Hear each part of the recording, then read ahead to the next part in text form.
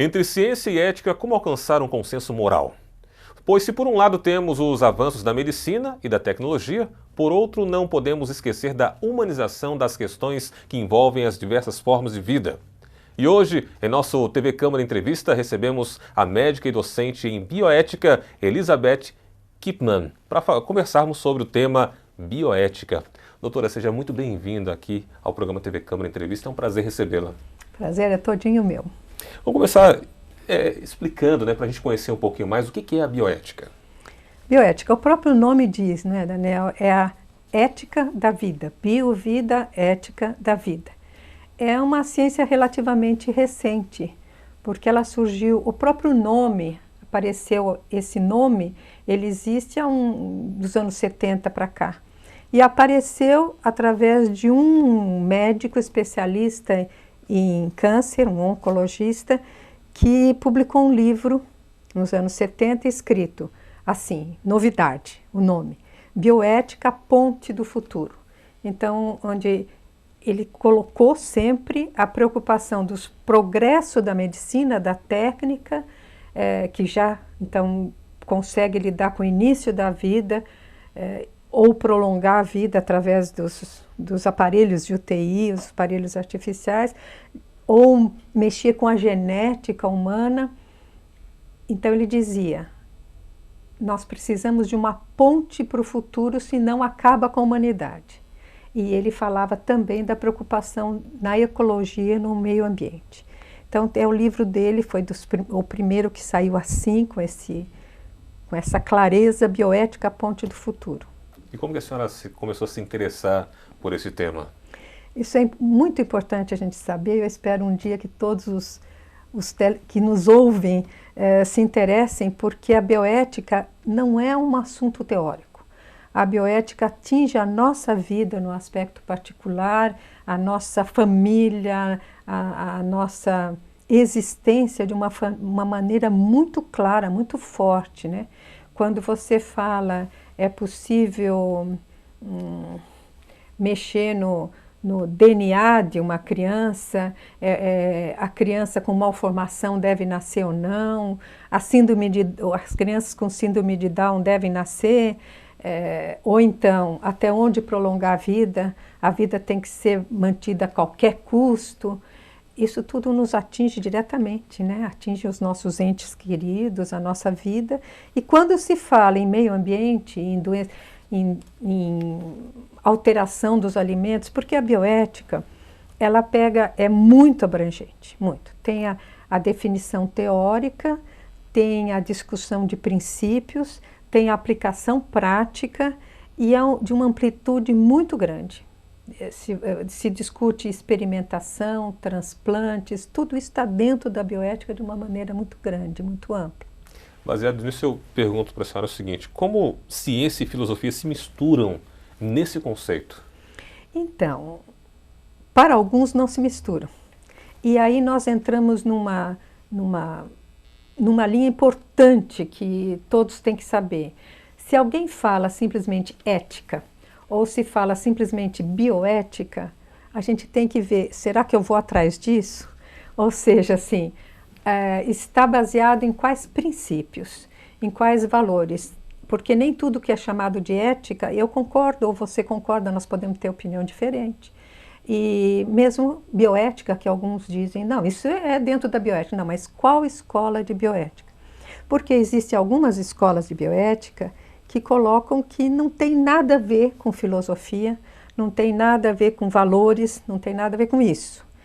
Quem acha isto e quem defende esta linha, defende que tudo aquilo que a ciência pode fazer deve ser feito. E que o primeiro valor é a ciência. Ou seja, não é a ciência a serviço da pessoa humana, mas é a ciência como um absoluto, né? Um absoluto que não pode ser tocado,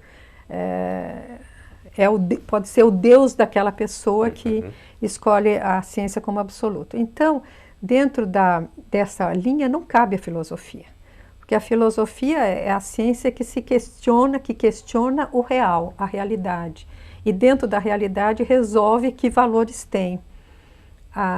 Utilitarismo não, né? Utilitarismo, por exemplo, ou uma linha de bioética do liberalismo radical. Não importa o que é real, o que é verdadeiro, importa o que a pessoa quer fazer, faz. Mas se ela se arrepender depois, não importa, importa que na hora que ela quis fazer, ela fez.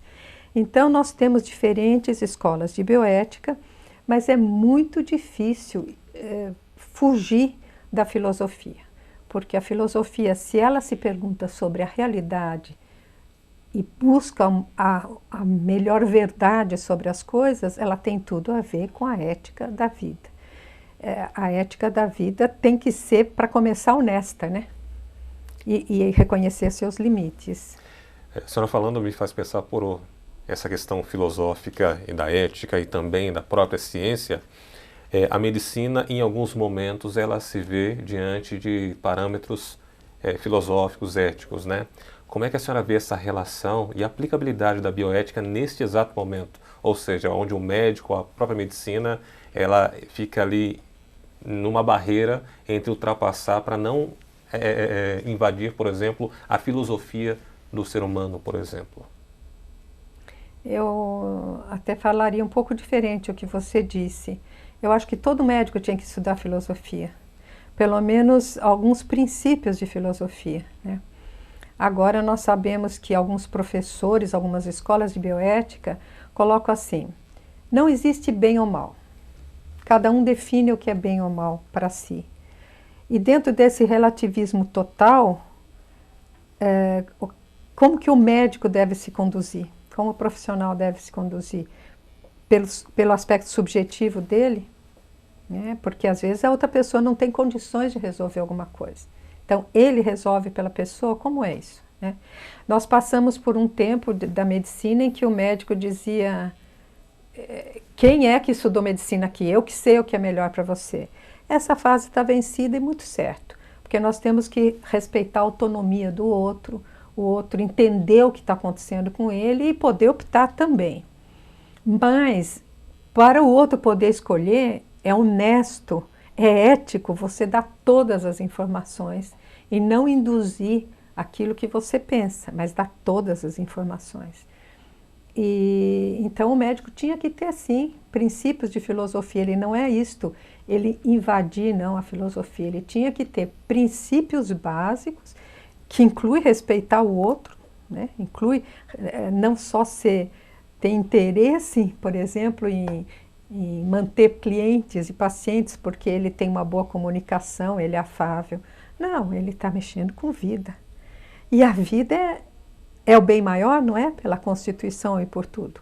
Então, o que quer dizer a vida como bem maior? É a vida de uma pessoa. É dessa pessoa concreta que está na minha frente. Só isso já entrou filosofia.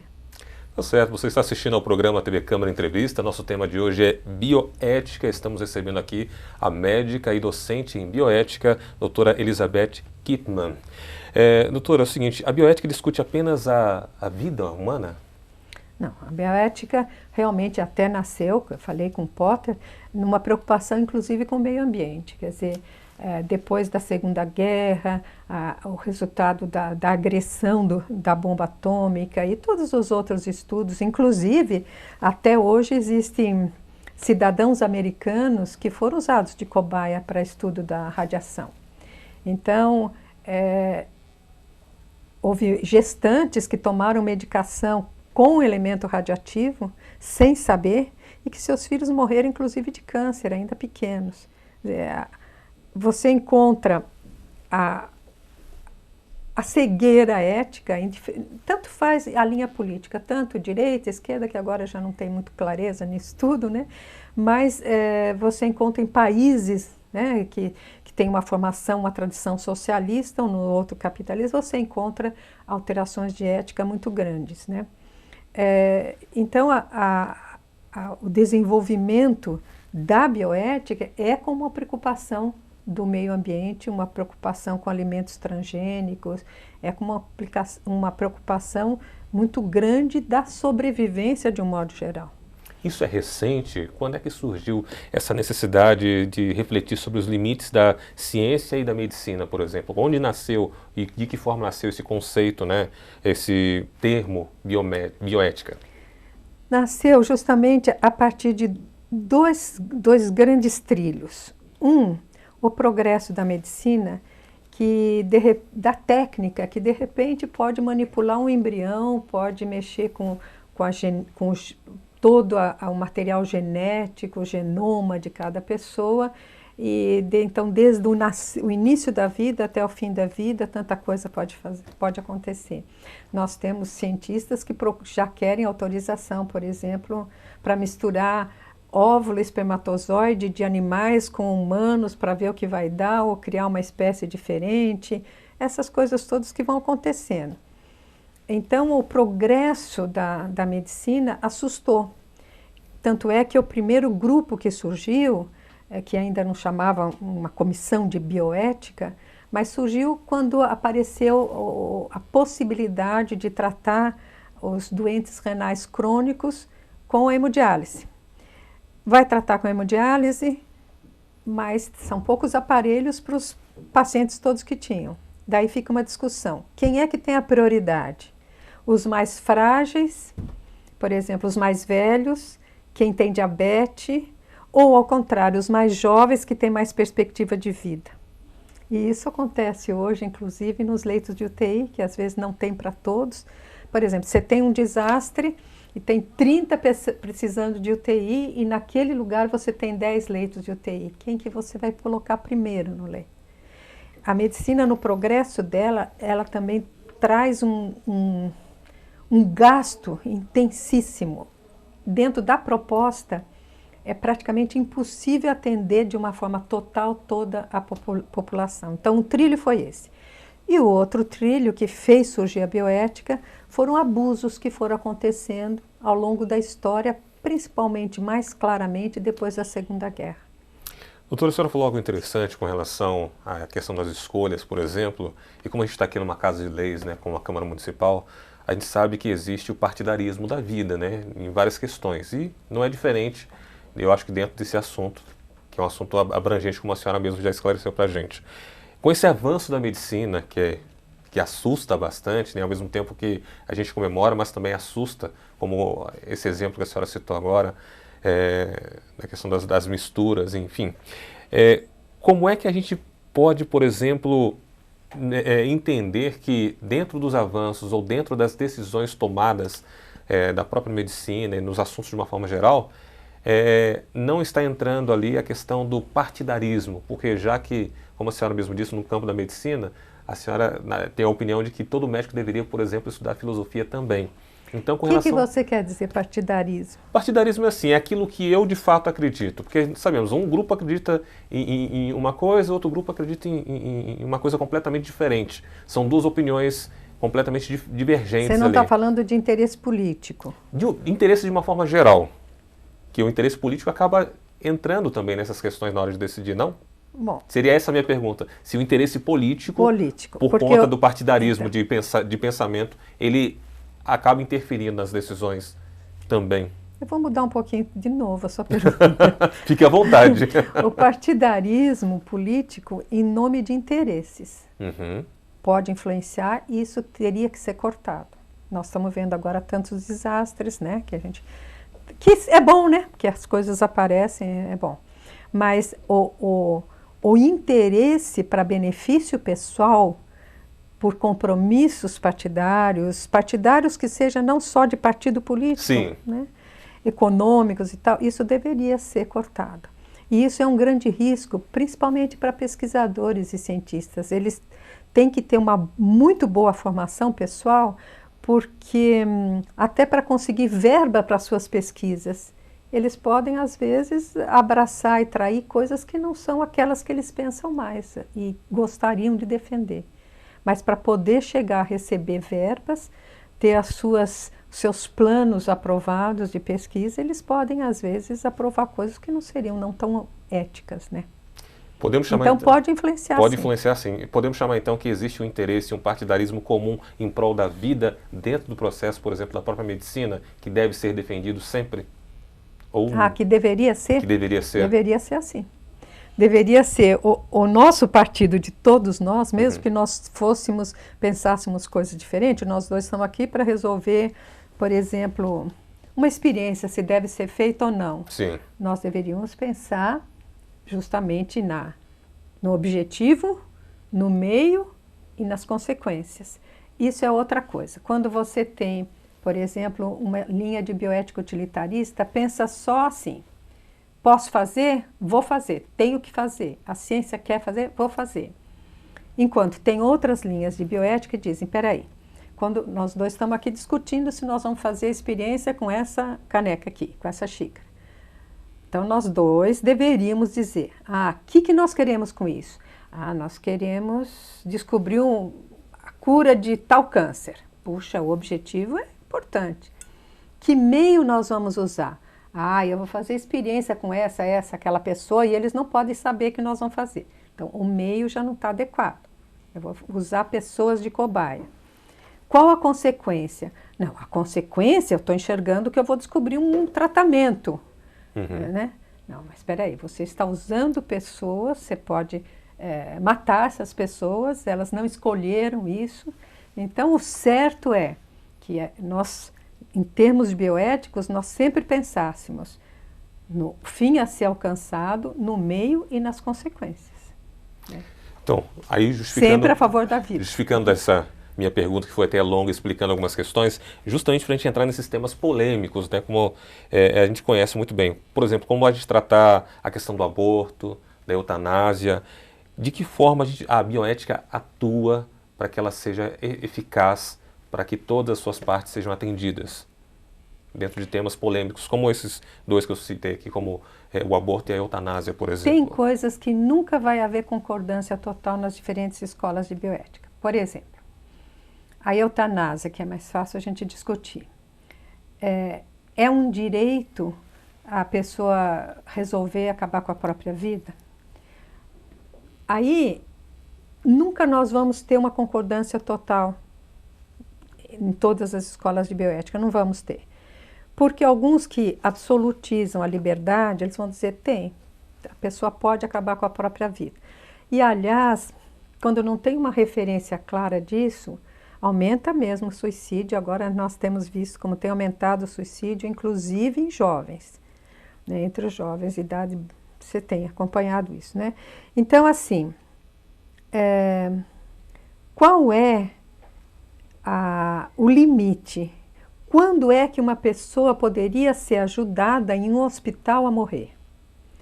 Quando ela tiver com uma dor insuportável, quando a doença for incurável, mas qual o limite? Tem jeito de medir isso? Porque alguém que nasceu com uma doença neurológica está com uma doença incurável. E quando é que aparece um limite? Então, o parâmetro de referência da eutanásia, a eutanásia é a morte provocada. Sim. Então, chamada de boa morte, mas é provocada artificialmente. Nunca vai haver concordância total. Assim como no aborto nunca vai ter concordância total. Agora, em relação à distanásia, que é aquela insistência em manter a pessoa viva a qualquer custo, às vezes aumentando muito o sofrimento, em relação a essa conduta, é possível e tem-se enxergado a concordâncias em diferentes escolas. Por exemplo, nós temos alguém doente e que está sofrendo e que não tem mais tratamento possível, a não ser diminuir a dor, dar conforto psicológico, afetivo, físico e tal. Essa pessoa, se tiver uma parada cardíaca, tem que ser entubada, tem que ser feita reanimação? Não, nós temos que assumir que a morte faz parte da vida também, né? Então, a insistência em manter vivo a qualquer custo e que às vezes os familiares, mesmo médicos, às vezes por interesses também, enfim, diferentes, mas às vezes pela formação, acho que deve manter vivo a qualquer custo a pessoa que está sofrendo. É diferente você atuar ativamente para matar, que isso daí dificilmente tem um consenso, e espero que não tenha mesmo, porque atuar para matar é um assassinato, do que dar o conforto, e isso é o que se chama de cuidados paliativos, o máximo de conforto para ajudar na boa morte que acontece espontaneamente, naturalmente e tal. Então, tem coisas que é possível chegar num consenso, outros não. O aborto é complicado, né? A gente vai falar mais sobre ele no segundo bloco. Esse bloco a gente está finalizando porque o tema realmente é muito vasto e a gente continua falando sobre esse tema aqui. Hoje o assunto do nosso TV Câmara Entrevista é bioética. Vamos a um breve intervalo, mas já voltamos com este tema e também com a médica e docente em bioética, a Elizabeth Kittmann, para conversarmos mais sobre esse tema. Voltamos já.